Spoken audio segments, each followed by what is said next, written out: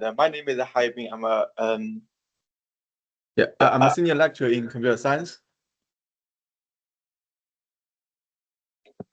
Okay, it's my great honor to join this workshop. And here the topic I bring today is big data and AI. So my research, I have over 12 years of experience on AI. It's mainly on computer vision and especially in human behavior analysis. One of my previous work is in using robots to teach children with autism some social skills. So I did it in an EU project, and my responsibility is developing intelligent sensing platform. So I utilized several cameras, developed a platform to make the robot behave smarter. And one of our publications, it was recently published in Science Robotics. And this is one of the top journals in our research area. And we found that it's effective to use the robot to teach children with autism some social skills. And another research direction, we have another project with Q Garden.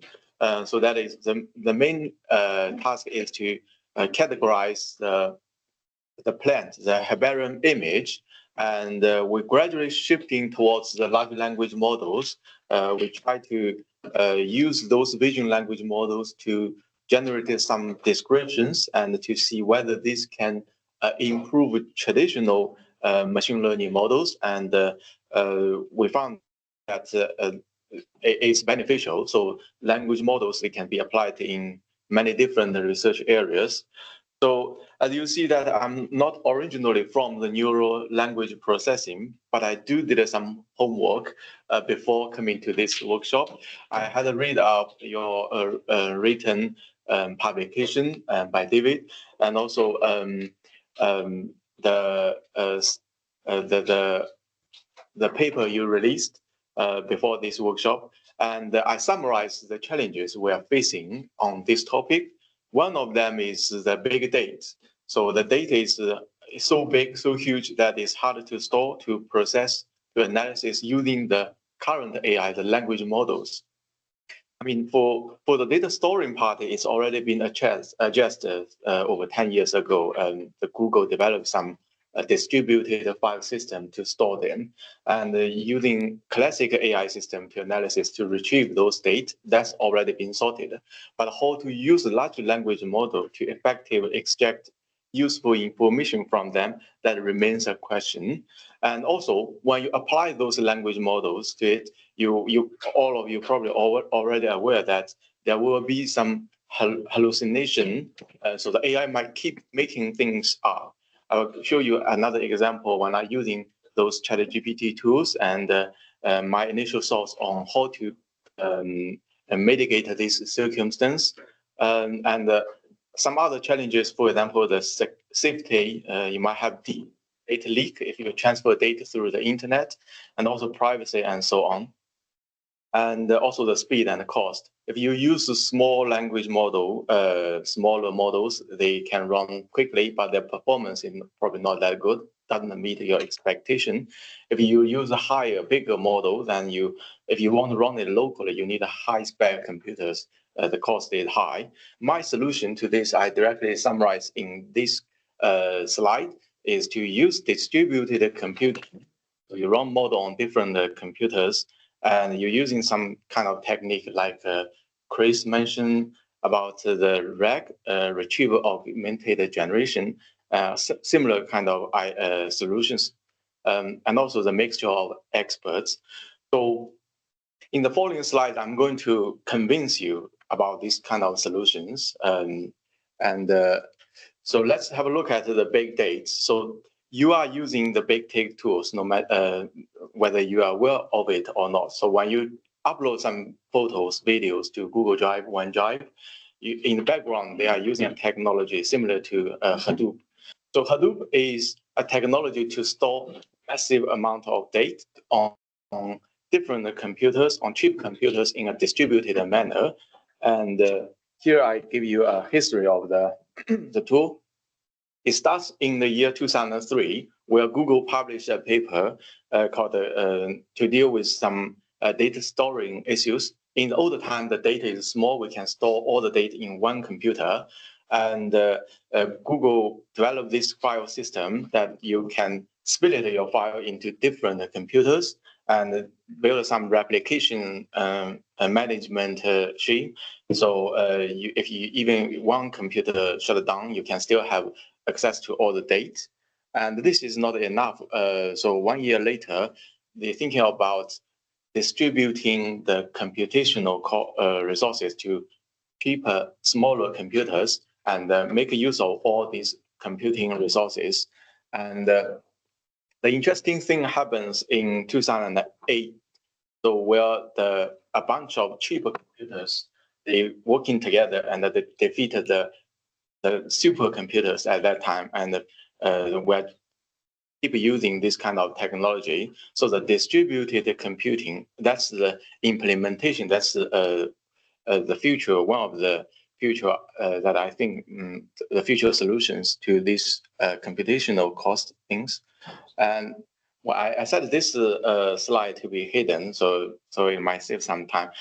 Basically, what this explain is the current generative models. It all starts from the year 2014, where we have traditional machine learning neural network based models, and Google, again, it's still Google, proposed the transformer-based architecture, and it becomes a revolution, and you will have different versions of GPTs, and after that, and nowadays you see different AI models, like from Google, from Microsoft, from Facebook, from like ChatGPT, Cloud. They are mostly based on using the transformer architecture. And so one of the issues when we come across is the hallucination. So I once reading a book written by a famous person named Zheng Guofan, who is a very famous person in China. If you know Chinese history, you know this person. So basically, what this person does is he always do self-reflection, find his own shortcomings and shortage, and he keeps improving himself.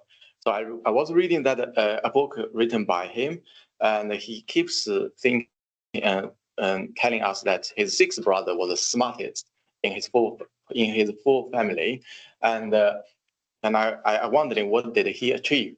And I don't want to finish reading the whole book to find out. So I asked ChatGPT, who is the sixth brother of Zheng Guofan, and ChatGPT gave me an answer. The name is Zheng Guoquan, but according to my previous experience, he is probably the ninth brother, but I'm not exactly sure. After 5 minutes Google research, I still cannot find the answer, because that's not a simple question that I can have a direct answer. So I asked Gemini. Gemini gave me another name. At that time, I don't believe both of them. So I downloaded another language model called the Cloud, and he gave me the same answer like Gemini. And apart from this, they gave me a link, and I look at the link. I finally believe that Gemini and Cloud make the correct answer, and so this leads to the first solution to the hallucination problem. This kind of technology already mentioned in one of our previous talk speaker. So it mainly so in the older time, in the very initial version of ChatGPT, it doesn't have internet retrieval ability. So we call it frozen. The model is frozen. The model is trained using previous date. It provides answer using all the previous date. And in the year 2000, I think a few years ago, they invented a technology called the retrieval augmented generation. Basically, you find the related documents from the internet, and through all these related documents together with your question to the language model, and then they can generate an answer. So this is the very famous solution called RAG, retrieval augmented generation. As a computer science, we are always thinking about better ways to solve the problem. So you have this kind of technology, you retrieve it once. So some of our computer scientists were thinking about, why do you retrieve only once? Why don't do it twice? So here you have this kind of technology called advanced RAG. And then someone else in computer science was thinking, why twice? Why not third? Why not you do retrieval infinitely? So you see different kind of technology. So if you search related paper on this topic, you will find tons of papers. So this is one of the solution, but eventually you will find that your model may be not smart enough, even if you throw all of this data in, and sometimes it might be overwhelmed. So like a person is just that smart, no matter what kind of book you give him, no kind of efforts you make, it's just that not smart enough, and it might be overwhelmed. So the second solution we developed in computer science is they using technology called low rank adaptation. So in previous example, right, you didn't do any modifications to the language models. And in this bit, you retrain, we call it a fine tune, using your knowledge to retrain the model. So the model knows some knowledge already. And after that, you can combine it with RAG. And so this is another type of solution to the hallucination issue. And if you sometimes you'll find that the model behaves better, but this is only still it can't completely solve the issue. You see that even with the ChatGPT, the most advanced version, it still can answer my correct simple question. So the third solution, researchers in computer science, like what I did is use two extra models. I searched internet and sorry, the animation keeps going. Anyway, so I use two models and I take the majority vote and I determine whether who is correct or not. And when I realized this, I searched in the internet and to see if there are some kind of implementation. I immediately found this paper.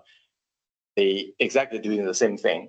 So this is using voting, using multiple language model to have a voting to determine the final answer.